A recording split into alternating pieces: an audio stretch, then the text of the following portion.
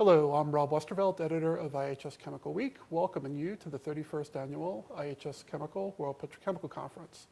And I'm delighted to be joined today by Antonio Carrillo, CEO of Mexichem. Antonio, thank you for joining us. Thank you for having me. Start with a question. Curious about your assessment of markets in Mexico and North America.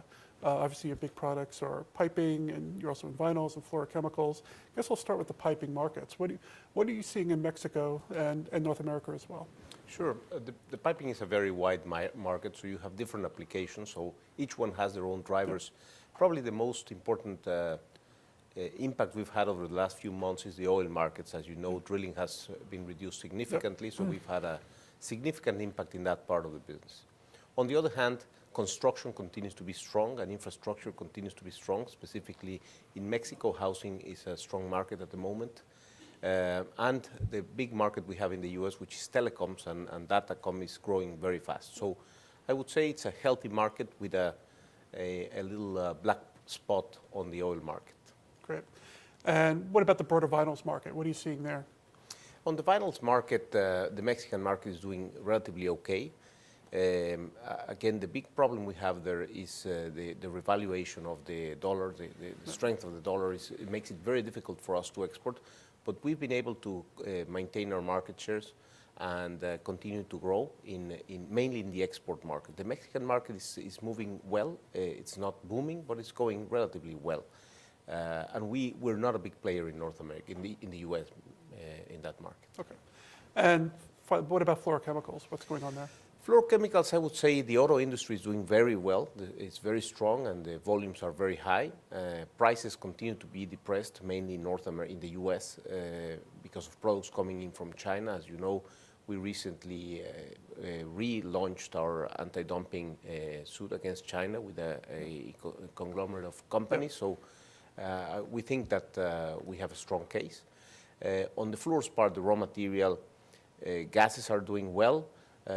Cement is doing very well, and the steel markets, which as you know are also being affected by imports, are doing relatively weak. So it's a mixed bag, but we are very bullish about the trend in our business starting in the second half of the year. Okay. And also you're a partner in a major project with Mexichem at Corpus Christi. Can you give us an update on the status of that project? And sure. The project is going very well. As you know, Oxy is the one managing the project. The project is a 550,000 ton ethylene cracker in Ingleside, Texas. It's going very well. It's on time. It's on budget. We plan to ramp up production the first quarter of 2017. So everything's going as planned. I think Oxy is doing a fantastic job in the management of the project. Great. And final question, wanted to get your view. Obviously at WPC, a lot of attention is focused on the impact of lower oil prices and the impact that that's having on the chemical industry.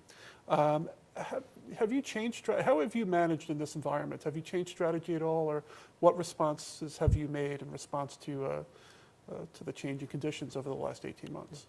So as a company, I think we took the right steps in time to mitigate some of the impacts. Yeah.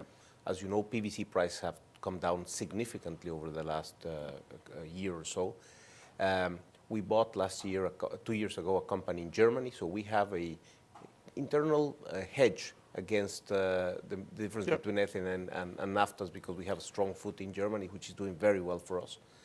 On the other hand, what's bad news for PVC in terms of price of PVC coming down is very good news for our pipe business, because now our pipe business is buying very cheap raw material. Yep. So if you look at our numbers, margins in PVC over the first part of 2015 came down, but the margins on the pipe went up significantly. So we have a hedge also internally. And our PVC business, I would say, is doing very well. We had a strong fourth quarter, and we are having a good start of the year. So on the ethylene cracker, I would say the margins are looking smaller than they were, of course, a year or 2 years ago. But if you look at the long-term strategy of the company, the goal is to become one of the most efficient producers of PVC in the world. And we continue to believe that in the long term, producing petrochemicals in North America will have a significant advantage over naphthas in other parts of the world. So yes, I think we have some volatility. Yes, it's not as pretty as it was 2 years ago, but I think we are in the right track, and we continue to believe we've made the right decision. Great. Thanks very much for your time. Thank you very much. Cheers.